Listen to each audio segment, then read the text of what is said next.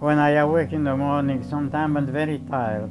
The first thing I do, I come, I sit here, and I don't know. I'm totally empty. I have very bad nights because I awake very often. At night I have pain in my bones. And all of a sudden I saw a painting here on the easel, a sketch, and just to feel that I'm still here, I start working. And when I'm involved in the work, I become interested. I want it to be nice. I have had the great pleasure of knowing and working with Marcel Salinas for the past 25 years. I've always been amazed when I've had dinner or lunch with Marcel to hear about an artist that he has worked with. Urte, doing the alphabet series with Urte, to do the interpretation into lithography for that whole series. Working with Judith Bledsoe and Lebedang and all these great artists over the years. He would just go on and on with different artists, even Peter Max, and of course it all led to Pablo Picasso and Marcel doing Portraits Imaginaire with Pablo Picasso. I had little shows here and there, group shows. I was showing every year in the Salon d'Automne or elsewhere, and I was going ahead like everybody. You awake in the morning, you have to do what you have to do for one day. Tomorrow, you see, we'll see. And this is when I was asked to work for Picasso. The publisher and Picasso, as I told you, had chosen me to do the work. I told them, I said, because it was very frightening for me. It was 29 pieces, and I had a deadline. And these are not things that you do very fast.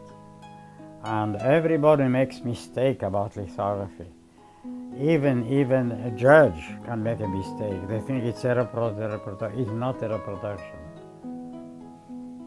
Even when you pretend it's a reproduction, there's a lot of personal work from the guy who does it. But in my case, it was very, very, very demanding.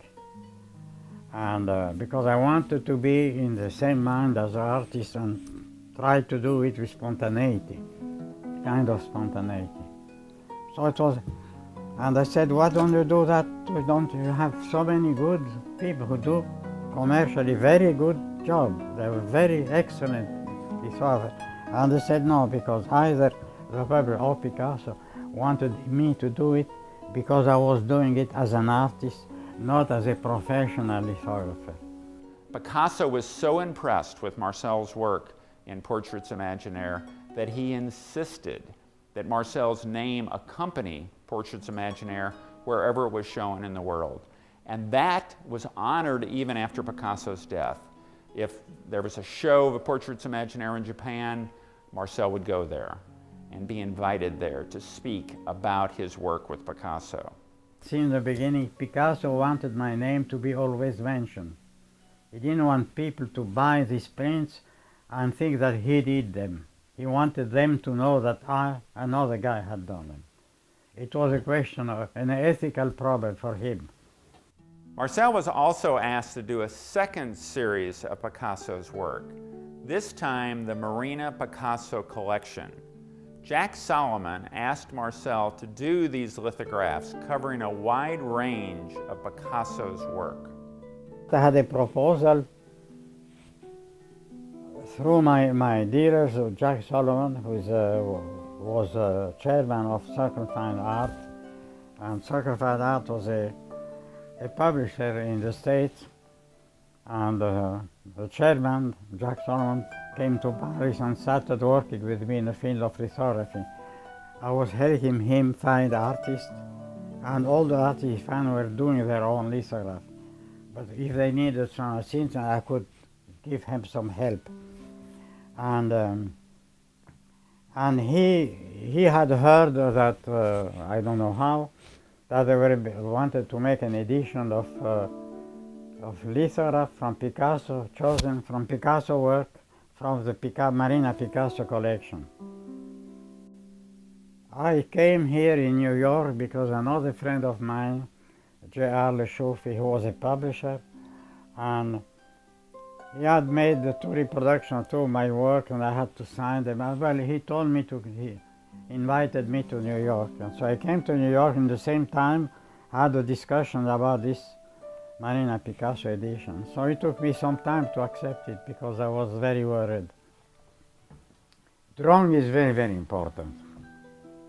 I draw with a pencil, a piece of paper, and I was trained and I saw the way. I thought I was naive. I thought when I was young that you take your box of color and easel, you go, you work for hours, you find a place, you put your easel, you paint, and you make a painting. That was an illusion. It's very tiring. You have not the time to think because the sun goes very fast. And half an hour after, you don't see the things you saw half an hour before or 20 minutes before. You could see a beautiful tree with a beautiful shape. All of a sudden, the tree has disappeared because the sun rays has moved. So there's another tree appearing. So what is very important is to capture emotion. And one of the possibilities is to make a sketch. Marcel studied under Andre Lott, and his original work was in Cubism, and he went through many periods of art throughout his life. You can see many of examples of his work and his different styles in creating art, from working with wax, working with oils, working with watercolors. Marcel was never restricted by any one medium or any one method of doing art. He loved all art. He was the biggest encourager and promoter of art that I've ever met. But when you have the sketch, and it's very exciting because if you're an artist, you have a memory eventually of color. But you don't care about the real color. You care about expressing what you felt. I mean, the sky, you see a lot of painting with a desperating blue, ultramarine blue sky, which is totally wrong. Especially actually, you know why they make dark blue skies? All of them. You see landscape, dark blue sky. Because the photographs, you have always the skies are dark blue. Because the photograph doesn't cut some of the rays, and the sky is bluer. The sky is never dark blue, very, very seldom. But if you want to change the color of the sky, you do it in your painting. So in the time of Impressionists, after Newton, Helmholtz, and all the scientists who made reflection on color, they started to know about the vibration, and they knew that what you see dark is not dark. It's a discoloration. You see it dark because of the power of the light in your eye. You focus on the light parts, and the dark part you cannot see inside. It makes you like in photograph. Photography does that. But if you analyze, if you look, if you can isolate like that, a little patch of the shadow, you see it's not black, not dark. It's a kind of gray, color gray. And this was a reflection of the Impressionists. Marcel would love to work with light and shadow. And many times he would do the same painting over and over until he got it right. From the shadows from the boats, the light in the water. And he would keep working on the same things over and over until he got to a point where he was completely satisfied with his work before he would ever take it into lithography. This is a print made of these original paintings when he finally got it to where he wanted to be, where he could do the interpretation in lithography. Now, why do we paint nudes? There is a reason. We paint nudes because everything, all our conception of art derives from the human body, the relationship with the different parts of the human body.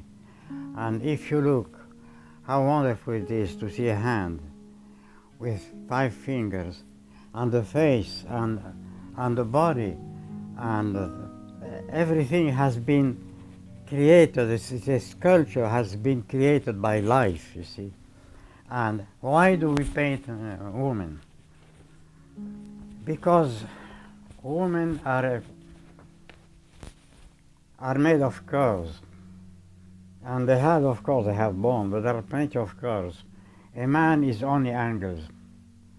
And because a woman is gracious, a man is not always very gracious. If you put a naked man on a sofa, he looks ridiculous. If you put a naked woman on a sofa, it looks normal, you see. Marcel has always been a very modest man, hesitant to talk about the great influence he has been in the art world over the past 70 years. His work with other famous artists throughout history has brought Marcel and the other artists' works into great prominence. And Marcel has never wanted to take those bows, never wanted to take that credit, always willing to stay in the background. Of course, I had to take care of some of the artists because I was a liaison between Circle Gallery and Paris, you see. And I took care of people, you know, the people like Judith Bledsoe, who was a very excellent artist, and Lebanon was an amazing printmaker, you see, amazing. And inventing constantly new things. And after that I met, of course, I had a very good relationship with Vasarely, because I was taking care of him. I was seeing him in France, I was seeing him in the States when he came, and I had to accompany him because he didn't speak one single word of English. I remember one day we were in Los Angeles, in what's the name? In one of the streets in Los Angeles, at the Circle Gallery, and Rodeo Drive or something like that. And he was there for an opening. He was sitting near me, and there's a guy who came, started speaking to him, and he said, he started speaking in Hungarian, I think, and after that in English. But I really didn't understand English, he spoke in Hungarian. And he said, I am Tony Curtis. And after that he spoke to someone, and Vasarely said, who is Tony Curtis? And I met Erte. So he was a very, very, very interesting man, very delicate, and very Russian. He was Russian. His real name was Roman de Tirtov. And RT were his initials, RT. In America it couldn't be RT, it was RT in France, you see. And so, yeah, so I met him because I was in charge to publish a portfolio on lithography, has to be lithography, of his alphabet. And so I discussed with him about the alphabet, about the letters, and he explained me how he developed every idea, because every letter of the alphabet is a naked woman, and had to find a way to express the B, and some letters were very difficult, so, and he made the alphabet and figures also. I was in New York talking with Marcel. Our company at the time was working on a project for the 100th anniversary of the Statue of Liberty and Ellis Island Foundation. I asked Marcel if he would do a painting of the ships leaving Ellis Island. Marcel's ships and paintings of boats were always so wonderful. I wanted to capture that, and I wanted to capture the movement as the immigrant moved from Ellis Island to Manhattan. Marcel agreed, and we talked about what to do. We hired a boat to take Marcel to Ellis Island, to let him take photographs, let him figure out how to do this painting.